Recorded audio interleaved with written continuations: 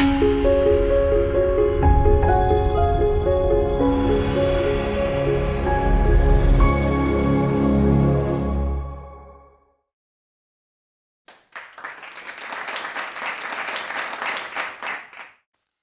I introduce you all to an important new book that has been written by historian Professor Meenakshi Jain, called Flight of Deities and Rebirth of Temples. It's a very important book, not just because it opens up a historical subject hitherto undiscussed, but also because it teaches Hindus an important lesson for today. The book is about the action that Hindus took in the face of iconoclastic armies that came to destroy their temples and break to pieces their idols.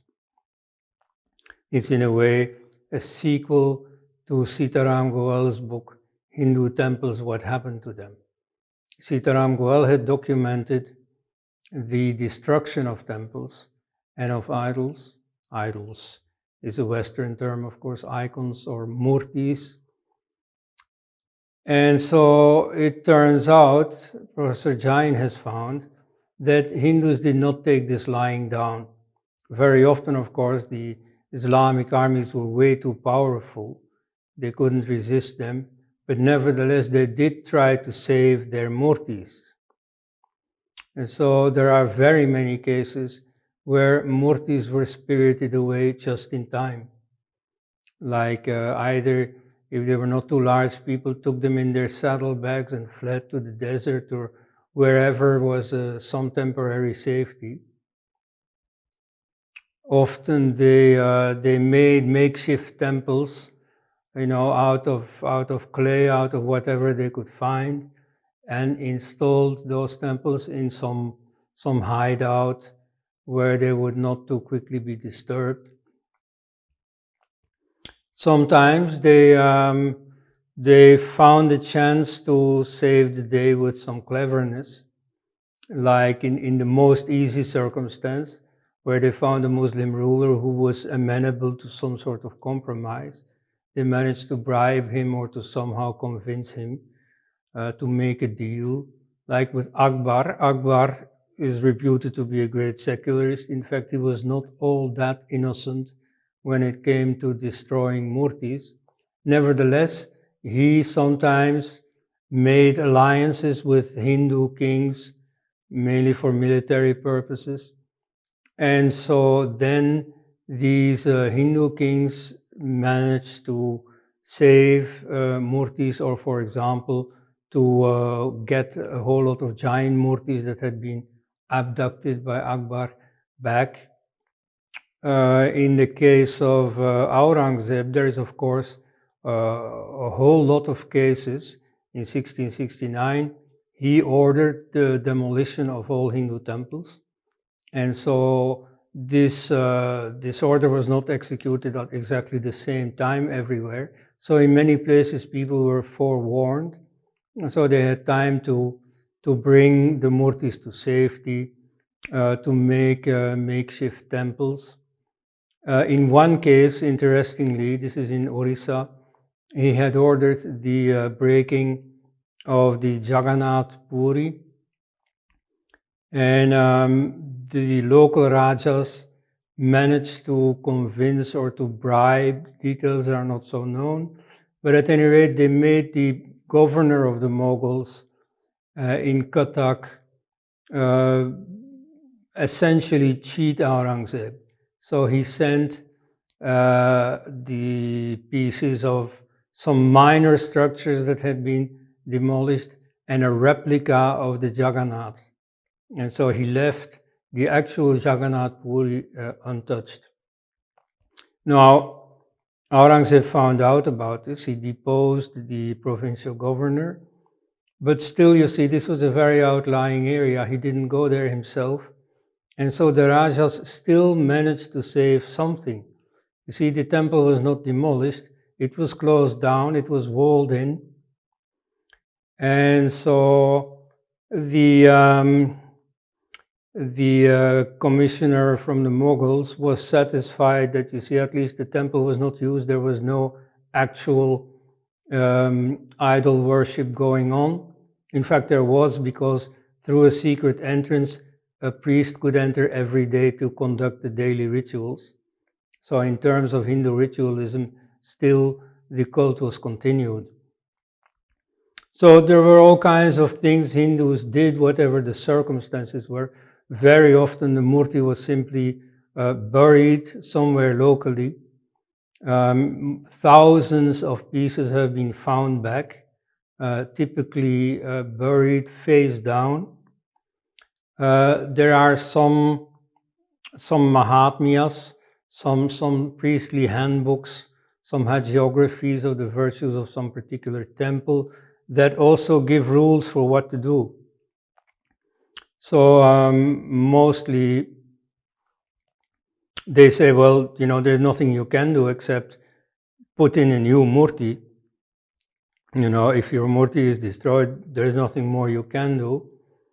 You should see this as simply a case of the eternal war between the gods and the demons. So you should not over dramatize this, but you know, you should be practical and somehow continue your worship. You should, if you bury a murti, you should first sacrifice to the earth goddess, ask her permission to give hospitality to Vishnu or whichever god, and then you should bury him and then leave the place without any markers so that the enemy can't easily discover it. I myself know of one such case, which is the Brahma temple in Varanasi. There, it was announced, you see, it was expected that the Islamic army would come, and so they had quickly thrown the murti into a nearby pond, and then later dug it up from there and reinstalled it. So that is what Hindus do in such cases. They did try to save the murti. Of course, when you go by secularist theories, that temples were only some political institutions for the legitimacy of the dynasty or something, this is all hard to understand. Why would ordinary people risk their lives and do all kinds of effort to save murtis? But the fact is that they did. And so, of course, this is one more argument against the whole secularist construction of this process of temple destruction. Now, why is this book important for ordinary Hindus today? Because it shows that Hindus have fought, that Hindus have really given their best, that they did not take it lying down. You see, there is a strong defeatism among Hindus, even when they do have the courage, at least, to recognize the fact of Islamic temple destruction. And so then often they say, yeah, you see, this is what happened and what could we do? You know, this is who we are always losers, and we couldn't fight off the Mughals. If the British hadn't come, we would still be under Mughal rule. Now that is not true, incidentally. It's only in Bengal that it worked out like that Hindus actually applauded the British victory in the Battle of Plassey against the Mughal forces. But everywhere else it is mainly the Marathas, also the Rajputs, the Sikhs, the Jats, who fought off Mughal power and who practically dismantled the Mughal Empire. But so that is the Hindus in their hour of victory.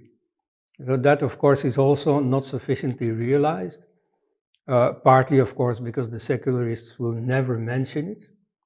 I remember, for instance, there was a battle between the Peshwas and the British, which was won by the Peshwas, and where the secularist intellectuals had, in I think 2004, had a petition to prevent the Bollywood film industry from making a movie about this battle, because it would glorify the Peshwas, it would glorify Hindu military might, and that should be avoided at all cost for the secularists. the Hindus had to be portrayed as losers. It is like in the Bollywood film industry, when there is a damsel in great distress, it'll be a Hindu, and the guy who saves her will be a Muslim. So you see, that scenario had to be maintained also regarding Indian history. And so it is very important for Hindus to realize the falseness of the picture that they try to create. No, you see, Hindus have really held their own. They did not take it lying down. And so even in their hour of defeat, not to speak of the occasional victories, even in their hour of defeat, they still try to save what could be saved. So Hindus have really given their best. Therefore, it is wrong, it is a great injustice to the memory of your ancestors to now give it all up, to sell your Murtis to foreign art collectors, or to simply be negligent, let it all lapse into ruin, as happens in some places, or let it be taken over by the government to fill the coffers of enemy religions, as effectively happens. See, it is very important to take care of your murtis just as your ancestors have done. Thank you.